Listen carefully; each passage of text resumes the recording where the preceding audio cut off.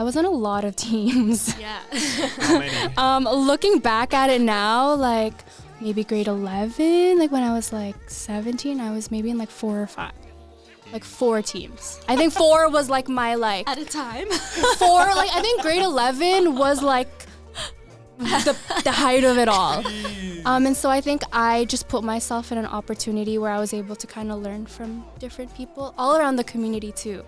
Obviously, I don't know if I would recommend that right now, to be honest, like as a grade 11 student.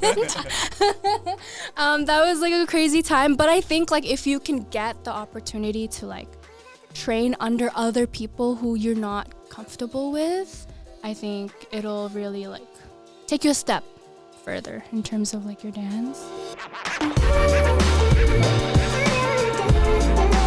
Welcome back, everybody, to another episode of the Studio North podcast. We are your hosts, Carmen and Scott Forsyth, and today we have another very special guest with us.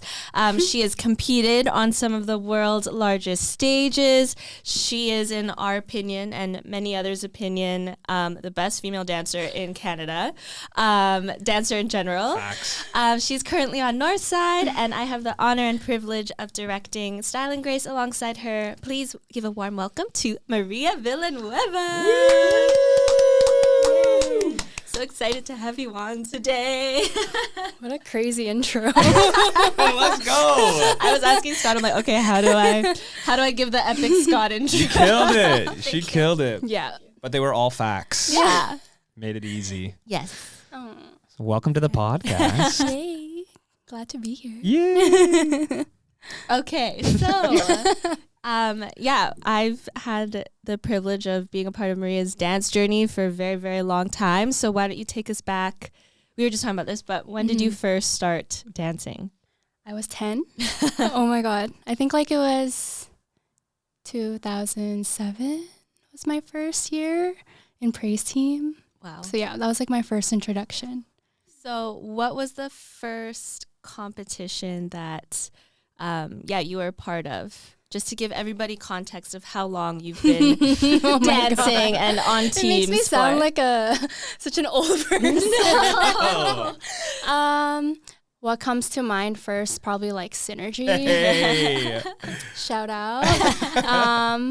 Yeah, I think that's the only one. And then like my first like actual like bigger like higher level competition would be like Canadian hip hop championships. Heck yeah. Which she won. Which they won. It was chess. Chess year. Let's go. Oh my gosh, crazy. Yeah. That's so fun. And that was in 2011? 2011. Yeah, it was the year after Silly Love Songs. Dang. Yeah. Wow. I know. That's a long time ago. It's You've a been long doing this for a time. hot minute. Yeah. I was trying to do the math. I was like, okay, 2007. 10 years is 2017. Add 4 plus 3 is 7. 17 years? You've been dancing for 17 years. Yeah. You look 17. Like, that's crazy, right?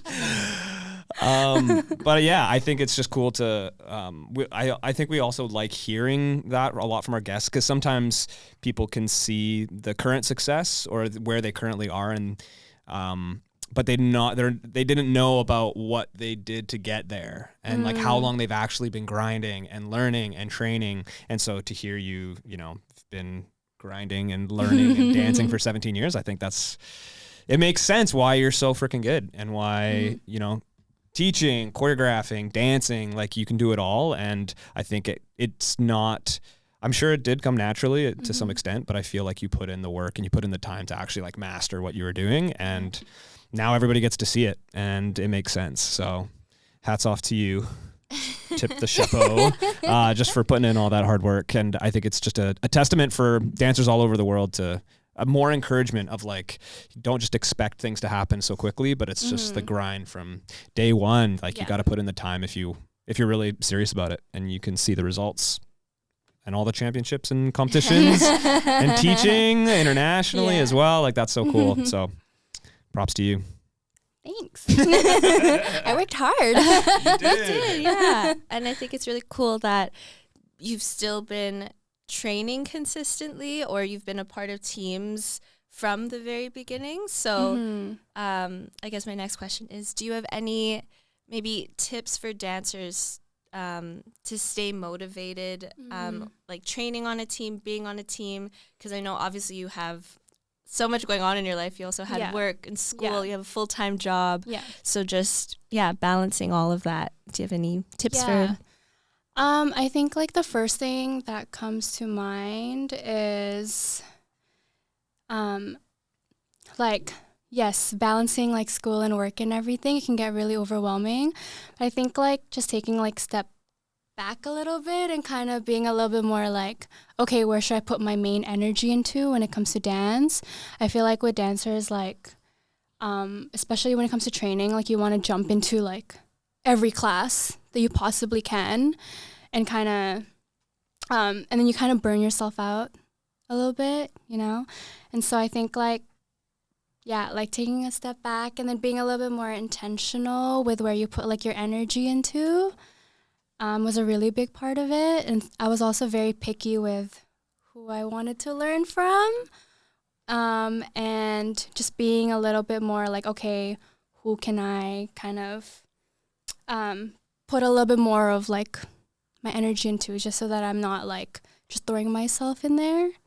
So yeah, I don't know.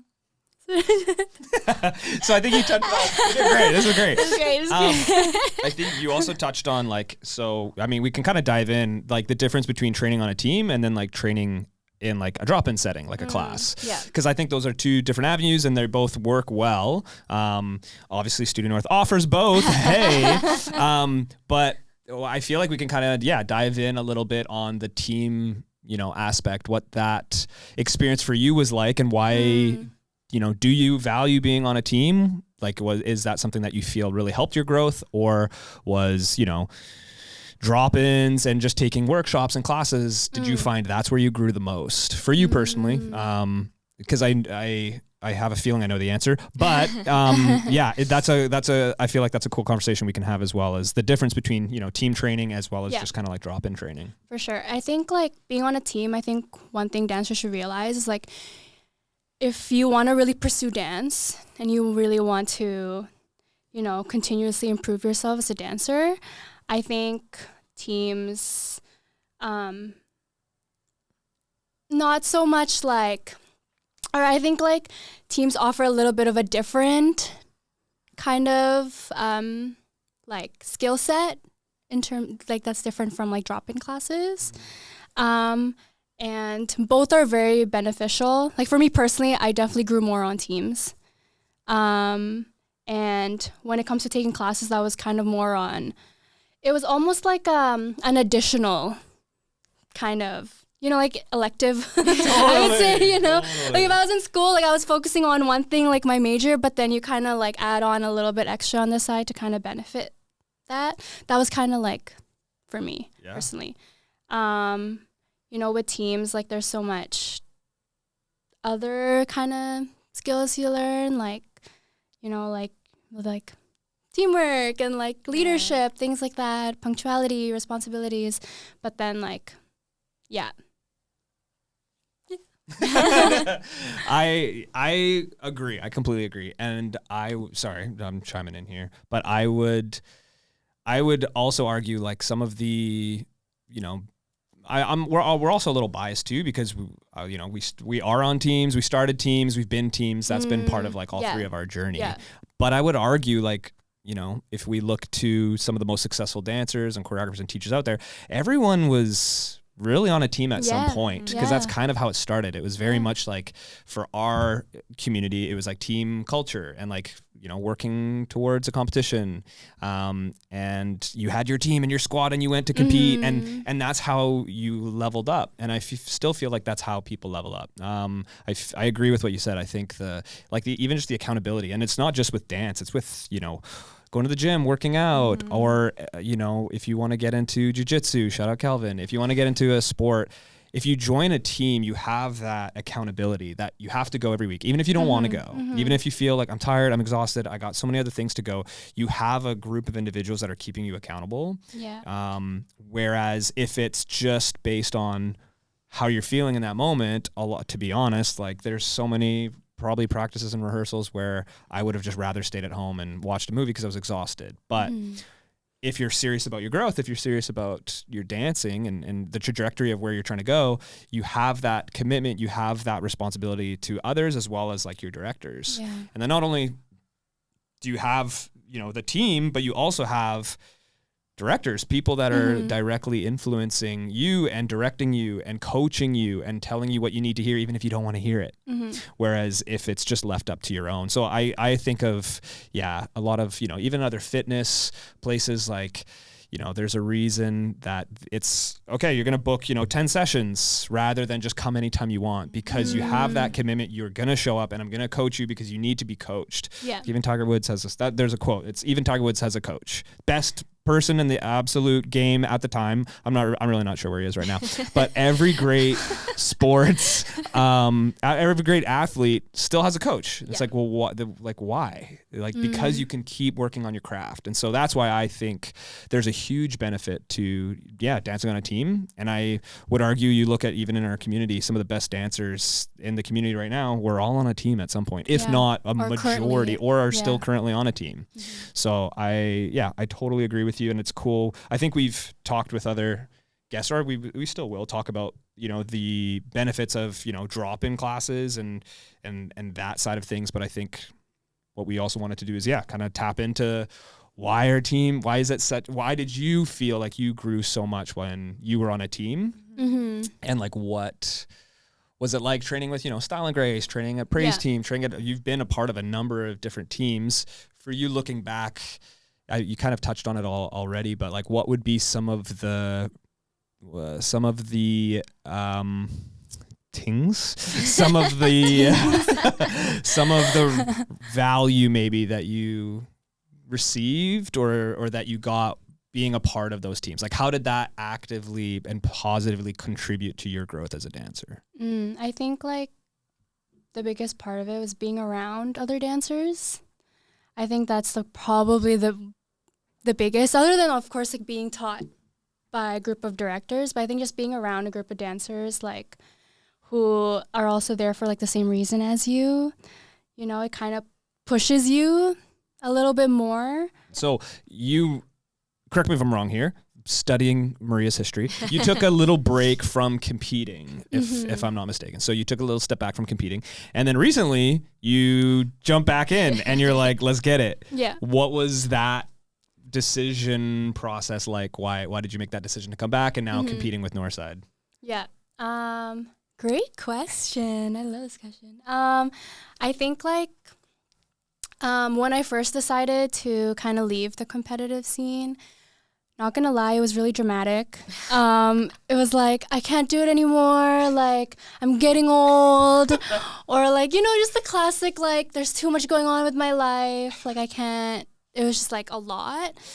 But I think growing up in like such a competitive atmosphere, having dance, a part of me still kind of wanted to push myself, and I think like I missed that competitive push.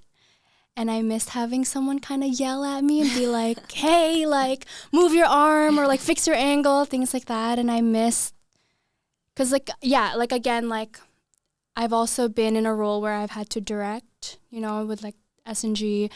But a part of me also missed being pushed or being a student.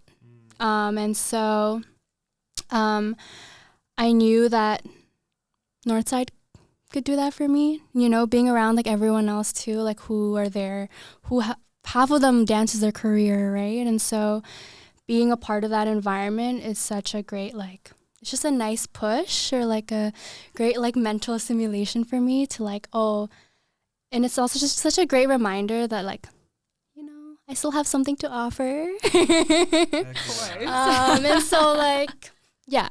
I think what's cool about that too is, for anyone that it's going to be ridiculous. If you haven't seen Maria dance, you just go, click the show note. We'll add links. But everyone has seen you move. And the fact that even someone who's like so good, like you're the best, like you're so freaking talented. Even someone who like in their prime at being, you're just this phenomenal dancer, you still were saying, I can get something out of being on a team still. Whereas a lot of times, to be completely honest, what happens is people are on a team and then they feel like they hit a certain level where they they kind of tell themselves, I don't have anything more to learn here. I've got everything, and now I'm going to stop. And I feel like you're kind of the opposite. You were saying you're still at, like you were, let's call it, you were at your peak, quote unquote peak. You decided to take a step back, and then you were absolutely killing it in the game, teaching, choreographing, dancing. And then you still decided in that season of being your absolute best, you were like, I can get better. And I want to get pushed and I want to get coached. And then you came back and now you're in the competitive scene. I just think that's like such a testament and why teams work. Like they just work in general. And I highly encourage people, if they aren't involved in a team, just think about it. Potentially start your own team. That's what we did. Like we started our own team. Like I just think there's so much benefit that can come from that. And I think you clearly you saw that benefit even when you took that step back. You wanted to continue to get better and continue to get pushed, and I think that's so freaking sick.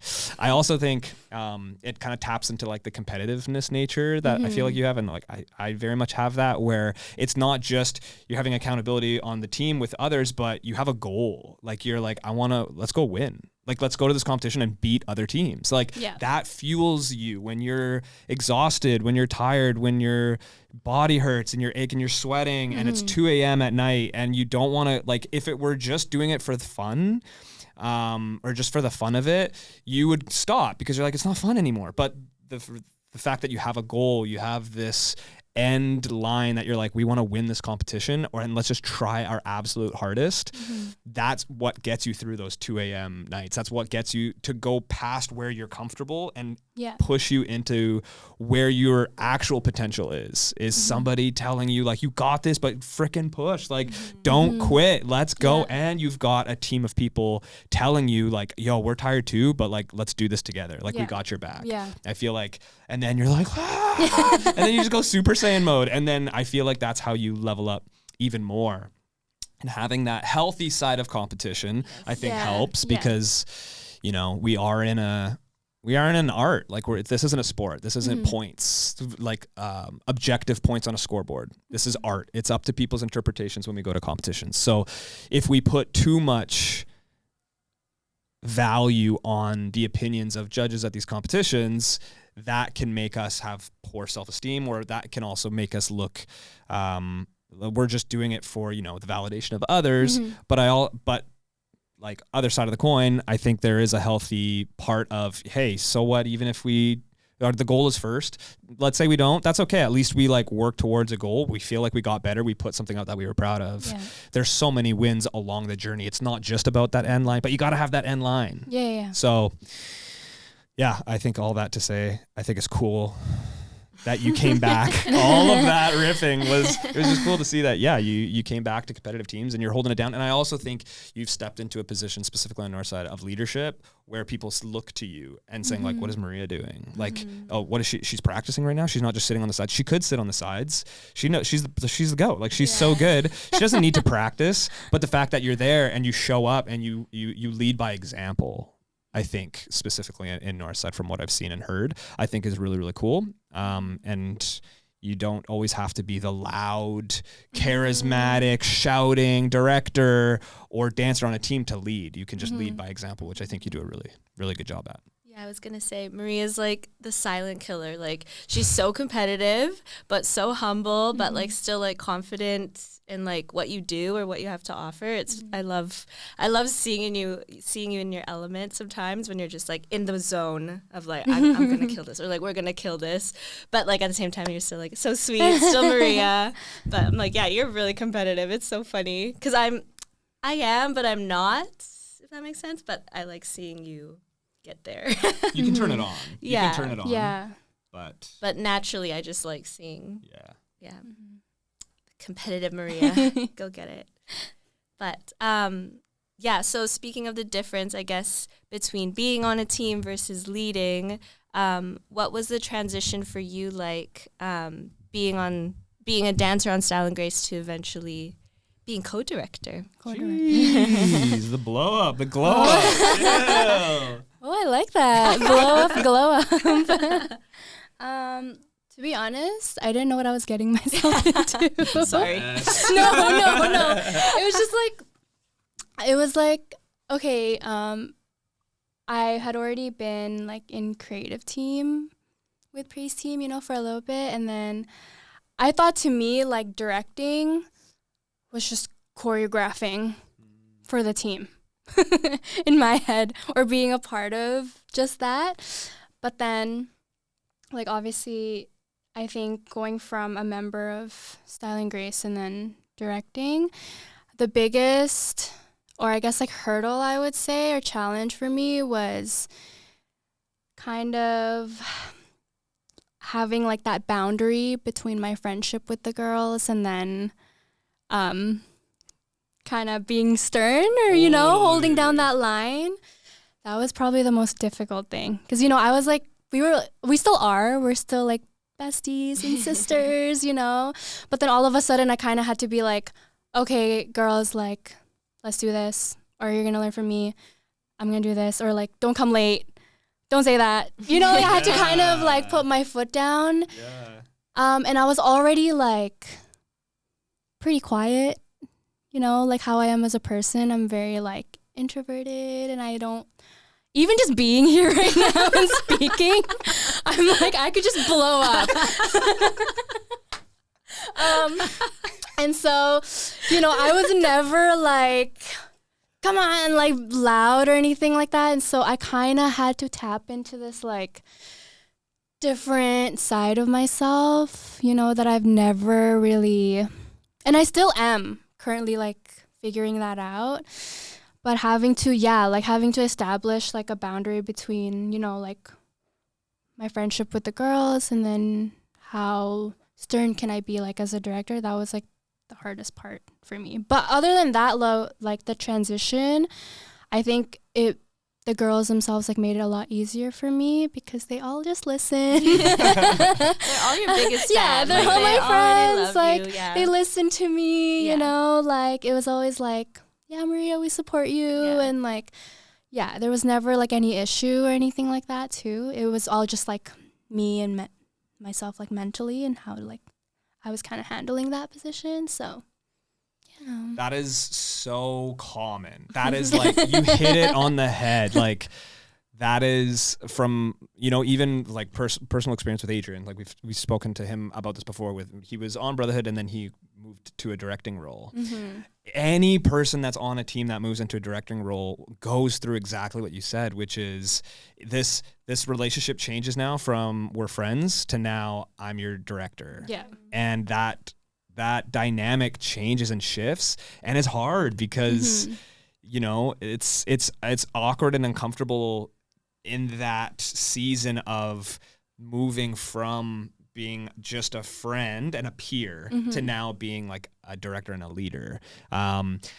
How did you, because I'm sure there's people out there that either are currently going through that transition. They were on a team, they got really, really good. Maybe the director is moving on, or they're bringing up as a co-director, and so now they're moving into a position of leadership on the team.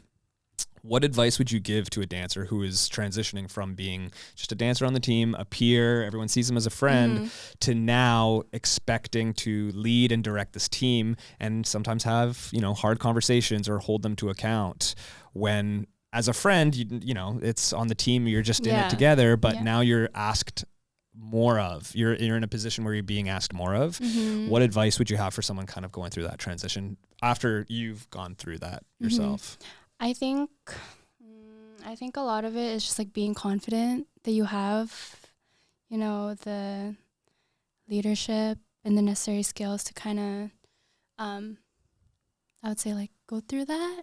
Cause I think like even, I remember like Carmen would always have to like remind me like, oh, the girls like love you, they support you, like they, you know, see you as like their director. And it was always for me like a big confidence issue and like a self-esteem issue of like, oh, I can't say that, or I can't teach, like, or like they're not gonna look at me like in that position. And so I think just being confident that, you know, you've built yourself up to this position, that you have the authority to, you know, make certain decisions, and just like being confident in those decisions. So Confidence is huge. yeah. I'm gonna go. I got a hot take. This is my hot take, and I might get in trouble for saying this because there might be exceptions to this rule. But I feel like a general rule of thumb is like moving from a dancer into a director role. You have to have the. It's gonna sound so bad. You have to have the ability to smoke everybody. Do you know what I mean? Like you're moving into a leadership role. It's almost like a wolf of the pack, you know, like that moving into a leadership role where people are following you, but it's like they're following you into like war, let's say, right? Like, so let's say there's a commander in an army. And so that person's leading you into war. That guy better be able to smoke everybody else on his army, or else why is he leading? Why aren't they? They probably know what to do way better, right? Yeah. Whereas so for you, like, while you might not have had that inner confidence, like everyone knows for a fact, like do not battle Maria. Like don't even try. She will outsmoke you. I should put a little like asterisk clause there. Like it's not just about dancing ability. Like there are leaders out there where it's not about, you know, dancing, but maybe it is how they block, how they create a theme, how they give advice and coach. That there, I can definitely see that. That's why I'm just making kind of a overgeneralization, but I think it applies with you where it's, you know, you got to be able to like stand your ground and hold it, and like people, and that's where people respect you because they're like, I'm gonna listen to her because she's so good. Like I want to move like her. I trust her. Like if we were going into a battle, I'm putting her up front line. Like you go, you lead us in, and I got your back. So I think that's just my kind of hot take. No, that makes sense. Could be wrong. No, I agree. I think when we did ask you, or when I asked you to become co-director, yeah, obviously you're amazing, but there were so many other things that like came into account. Like you were the one taking initiative, or you were bringing up these great ideas, or like you had the interest and the potential too. So maybe that's another thing. Like you're saying, just trust the people who are asking you to be in the role. Yeah. Like we wouldn't ask you if we didn't think you're ready, or if you had the potential to get there.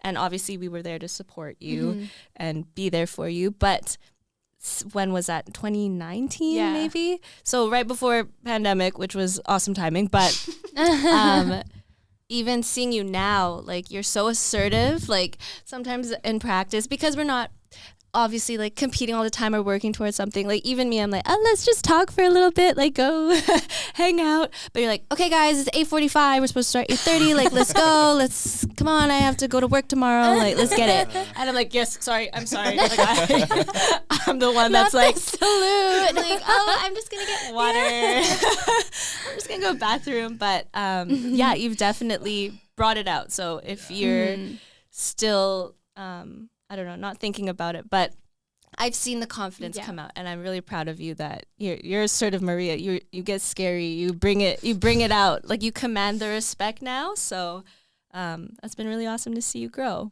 Yeah.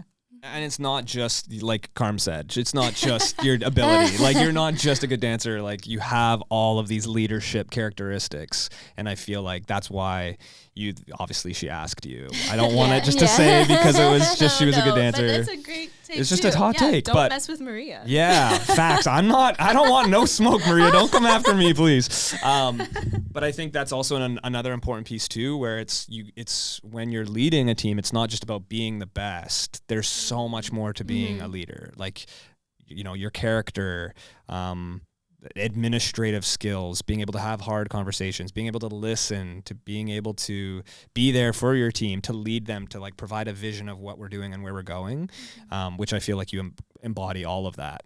Not just, you know, obviously your amazing dance ability, but I feel like that does play definitely a big part. Okay, we keep talking about how amazing you are as a dancer.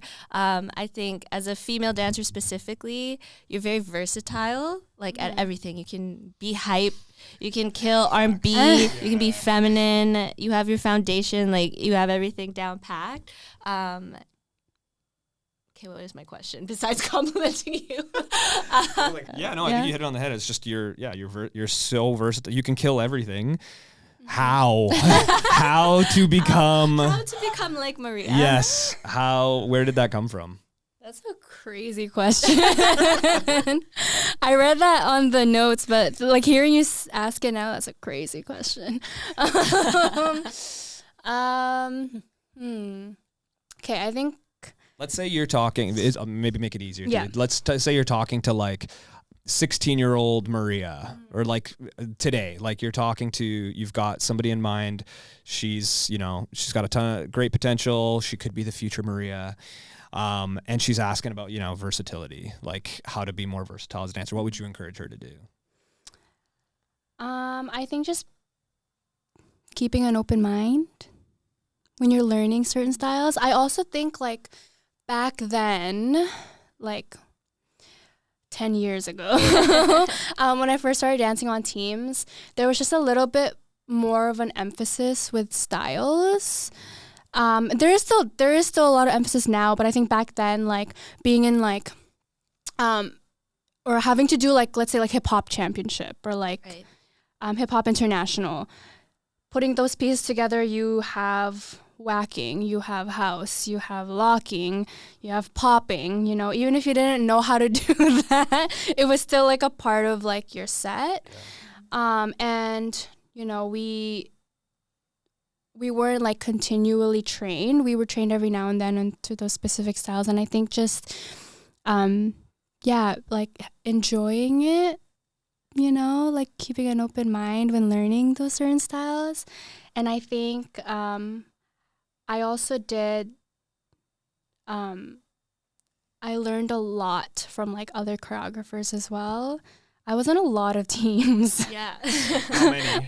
Looking back at it now, like when I first, or when I would say like maybe grade 11, like when I was like 17, I was maybe in like 4 or 5. Jeez. Like 4 teams. I think 4 was like my like. At a time? 4, like I think grade 11 was like the height of it all. Jeez. I was like, looking back at it now, like I was being trained under Praise Team. I was being trained under Willis Island Grace, and then I also did 247. Yeah. Oh and then I was being trained under Michael in high school. Right. Yeah. And so, Jay Hooligans. And so I think I just put myself in an opportunity where I was able to kind of learn from different people all around the community too, and so I think obviously I don't know if I would recommend that right now, to be honest, like as a grade 11 student. That was like a crazy time. But I think like if you can get the opportunity to like train under other people who you're not comfortable with, I think it'll really like take you a step further in terms of like your dance. Versatility wise, like I haven't really told this to people, but I also like did freestyle a lot back then. Even at home, I freestyled a lot, like in my basement. And like to different music, things like that. So yeah, it was kind of like another step further. That's awesome. So she'll smoke you on stage, she'll smoke you in the battle. What else can't she do, everybody? Let's go. She'll smoke you in the dental hygienist chair. No. She does it all. Not the chair. But yeah, no, I think that's again touching on, being a part of a team, and sometimes maybe the team is training in a style that you don't necessarily love or you don't feel like, you gravitate towards, but it's valuable. Like you get that training of, okay, we're going to do this. We're going to be authentic with it. We're going to learn it as best as we can in a group environment, in a team setting. Regardless if you like the music or not, there's something in there that you can learn that will translate into your dancing no matter what you do. And we're huge on that. I also think, we're big on, and I think we're still trying to figure that out, is like, how do we, because if we're being completely honest, people gravitate more towards, choreography classes where it's their favorite songs and their favorite music, rather than gravitating towards, street style classes. And so we're actively trying to figure out, okay, how do we really do believe this is how an amazing dancer is built, is through foundations, but no, it doesn't just stop there. It continues to grow with choreography, with performance, with stage, with competing. There's so much in my version of what I think is an amazing dancer, but there is that, you need to have that strong foundation, and it's trying to find a way on how to force that. I think, to be honest, I think Praise Team did a really great job of that when we were all part of the studio, is you weren't able to be on a competitive team unless you were taking these foundation classes. Yeah. Was it the perfect solution? I'm not sure. Like some people liked it, some people didn't. But just looking back from a non or just like a view, 30,000 foot view, or like outside of my own head, you know what I'm trying to say? Yes. Looking at that, I'm like, yeah, no, sometimes there's certain things you have to learn and train in, even if you don't want to. Like I might not gravitate towards, whacking necessarily, but I know for a fact there's definite techniques and movements and even just understanding where it came from that will benefit my movement no matter what movement that I do. And people might feel that way about house, locking, popping, crump, b-boying, all of the foundation styles. So I think that kind of makes sense why you're so versatile and why you're such a strong dancer, is because you had that foundation, but then you didn't just let it be in the studio of your director telling you, but you took it home and you're like, I'm gonna do this in my basement, I'm gonna do this on my own, I'm gonna take this training, and I'm personally gonna hold myself accountable as well. So it makes sense. Yeah. And I think that's what's so beneficial with freestyle, is that's when you get to put the foundation into practice and you make it your own. And I love that you said just enjoying it and having an open mind, because I think, why people don't maybe like it is because they think it's, I don't know, like it's like a drill or it's like homework kind of, but repetitive. Yeah, it's just different from like a choreography piece or set. But when you actually make it your own, that's when you fall in love with it, or that's what makes sense. So I'm a huge obviously promoter. What is the word? Proponent. Yeah, of freestyling. We try to do it in Sangi all the time. But anyways, I forgot where my train of thought was going. But I also, no one come after Carm. She will smoke everybody in every style. 100%. She can smoke anyone in a battle. 100%. Don't even come close. Don't even think about it, bro. She would smoke me any day of the week. I don't try to go there. So yeah, you can do it all. You crazy. It's been a while, but nah, B, you were freestyling with Tommy in the belly. You're killing it still. I will add on one more thing for terms of versatility and things like that. I did bring it up earlier how when taking drop-ins in classes, it does help to again be a little bit smart about the classes that you're taking. Yeah, what do you mean by that? I think just if you're genuinely looking for improvement in your dancing, whatever that may be, I think nowadays what I've noticed is people want to get better, but they want to get better quick, fast. It's I'm going to take as many classes as I can. I'm going to take class every single day. I'm going to get better next week, And I think being able to take a step back and really watching your videos, watching yourself, seeing how you move, and then comparing it with the choreographer, that to me is being smart, or being a little bit more intentional on the classes that you take, and kind of setting a schedule for yourself on what it is you want to improve on.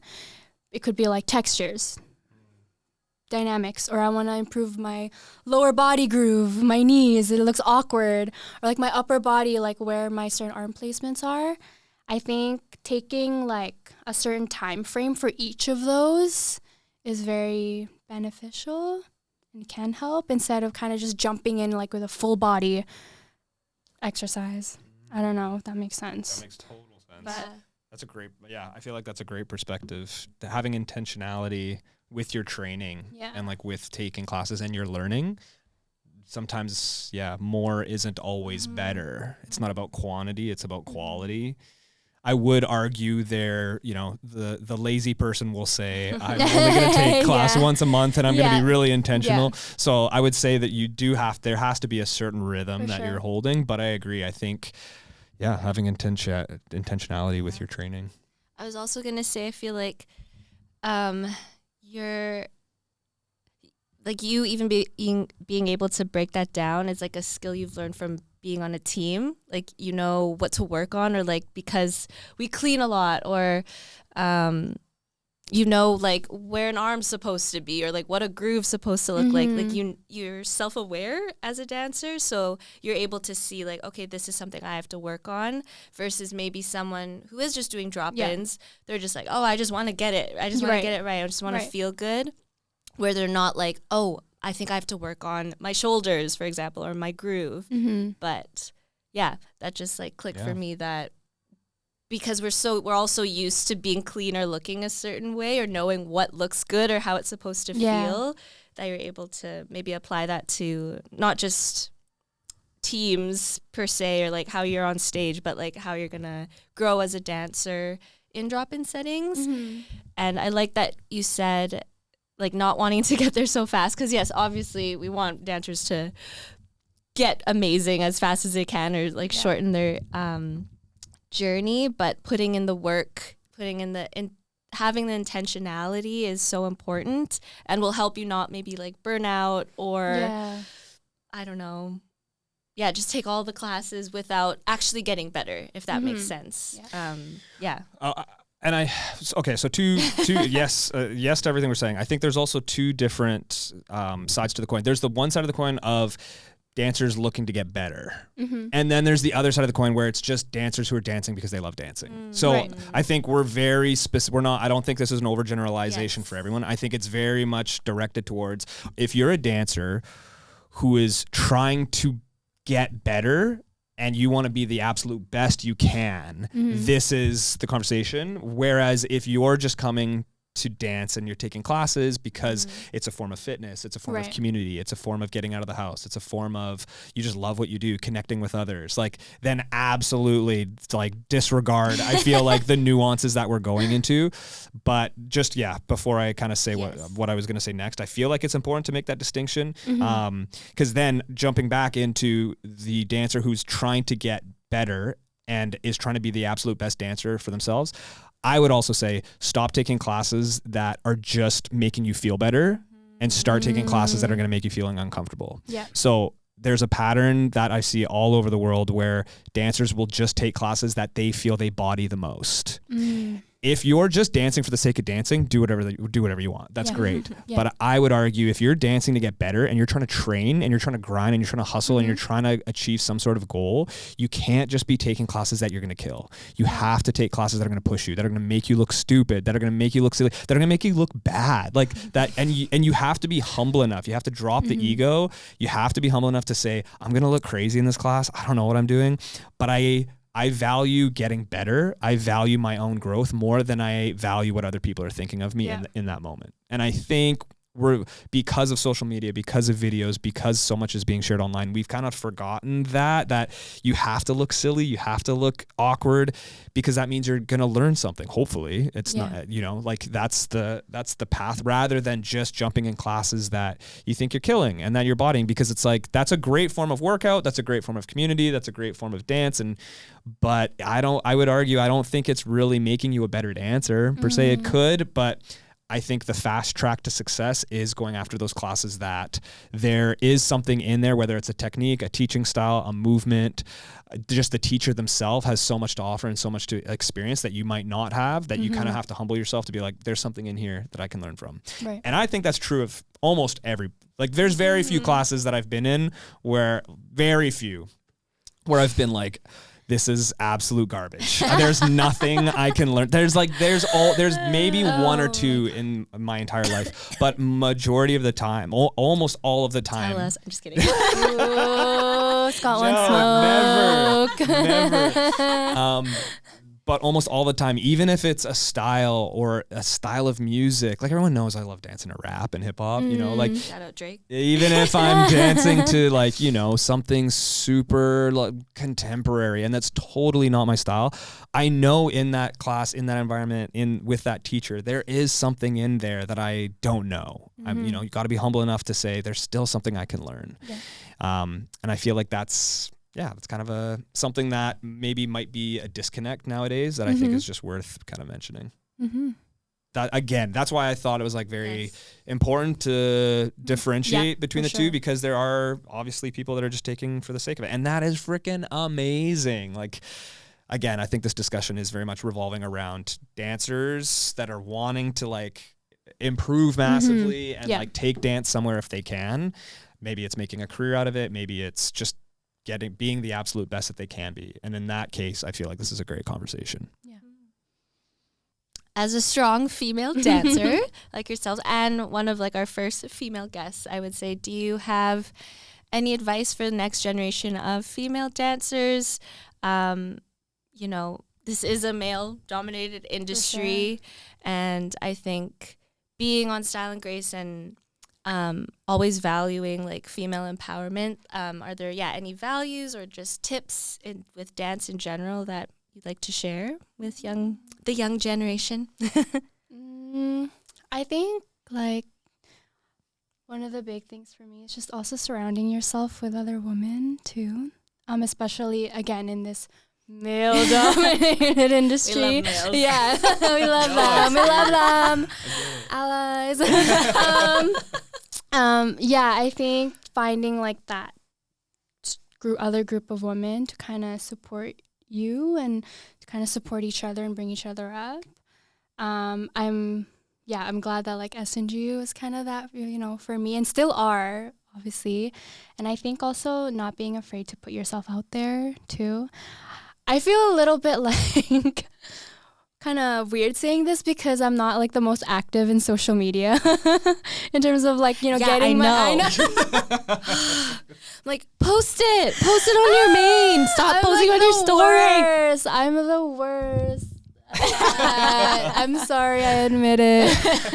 And it's something I'm still like, you know, not working on, but I'm like considering. But really it is just about like getting yourself out there. And I think putting yourself in that position where you're able to kind of take lead and take center stage, taking any opportunity that comes by you or around you. Any advice to like the guys out there on how they can like better support, or like, you know, like if we're talking to the next generation of females, it's like, okay, what about the next generation of guys? Like, is there anything guys can specifically do to help females and help women? Like, don't be dicks. Obviously, that's one. Or like, just like respect, like share opportunities. Like what else? Or like, you know what I'm trying to say? Yeah, no, I do. Just like how Maria touched on, it's good to have a group of women supporting you or like learning from female mentorship. I think it's important for young men to have guidance from good role models, good male role models like you. I'd say Adrian, Kelvin, obviously, everyone at the studio. But I think, just having that extra guidance will help so much, or transform the next generation that maybe we didn't get or didn't place that value on. I would say, like with brotherhood, obviously. We like to add on to what you said, like we started Brotherhood and Style and Grace. We didn't really have that in the dance community. We didn't have that mentorship. We didn't have that big brother figure. We didn't have that not really father figure, a big sister figure.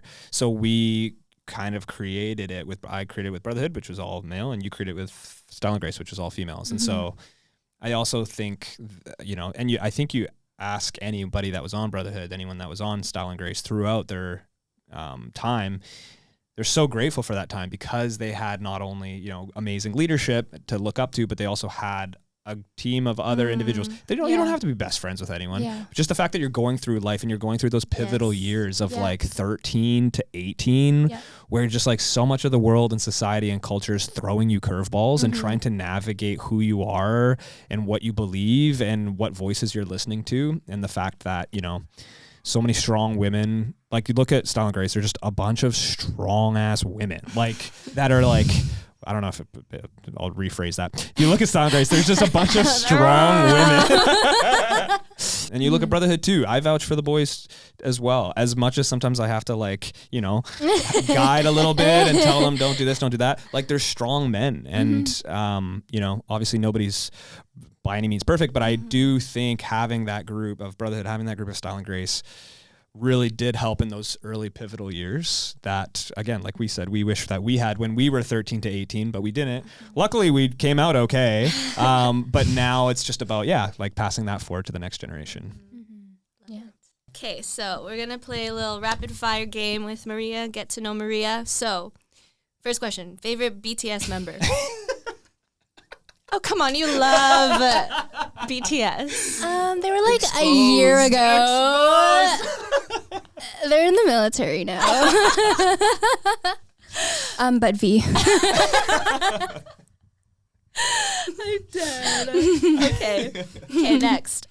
Your favorite sport to watch? Oh my god. Okay, basketball. That's easy. Oh, is it? Yeah. I thought it was like. Oh no, it was basketball. Okay. Yeah. I thought it was ice skating. Ooh. Close No, second. basketball. Close second. Basketball. Close second. Okay. Actually, lately, Yeah.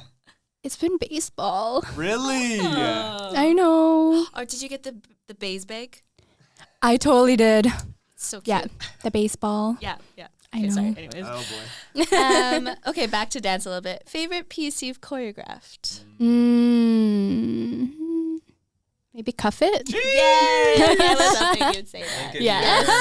Show everybody. Show everybody. Student Art TV. Crazy. Let's go. Plug it in. Yes, love it. Okay, favorite food? Foodie gal. That's tough. What a basic. Ramen? Favorite spot in Lower Mainland?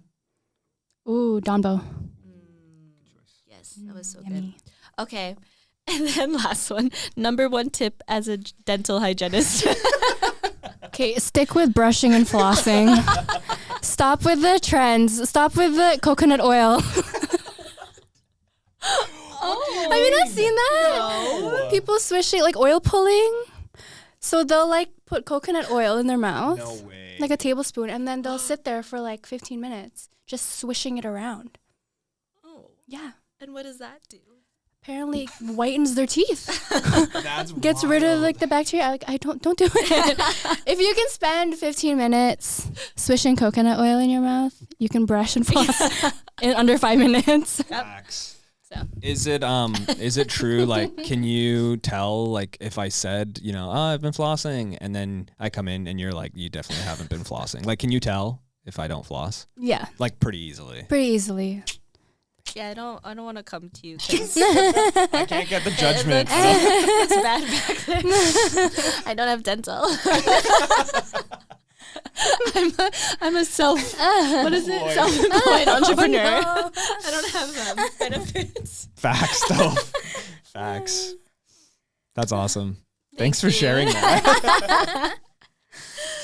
So wrapping this up, where can people find you online? If they want to follow Maria, they want to see your movement, see your choreography, follow you as a dental hygienist, where can people find you? Plug yourself. Just Instagram. You can go at Maria Leanne. That's it. Hey. That's all I have. Nice. We love that. Thank you for joining us today on this episode of Yes. Student North Podcast. Thank you for listening to another episode. If you like this episode, please smash that subscribe button. Yes. Like, share, do all the things. It would really mean a lot to us, and we will see you next episode. Yay! Cheese. Peace.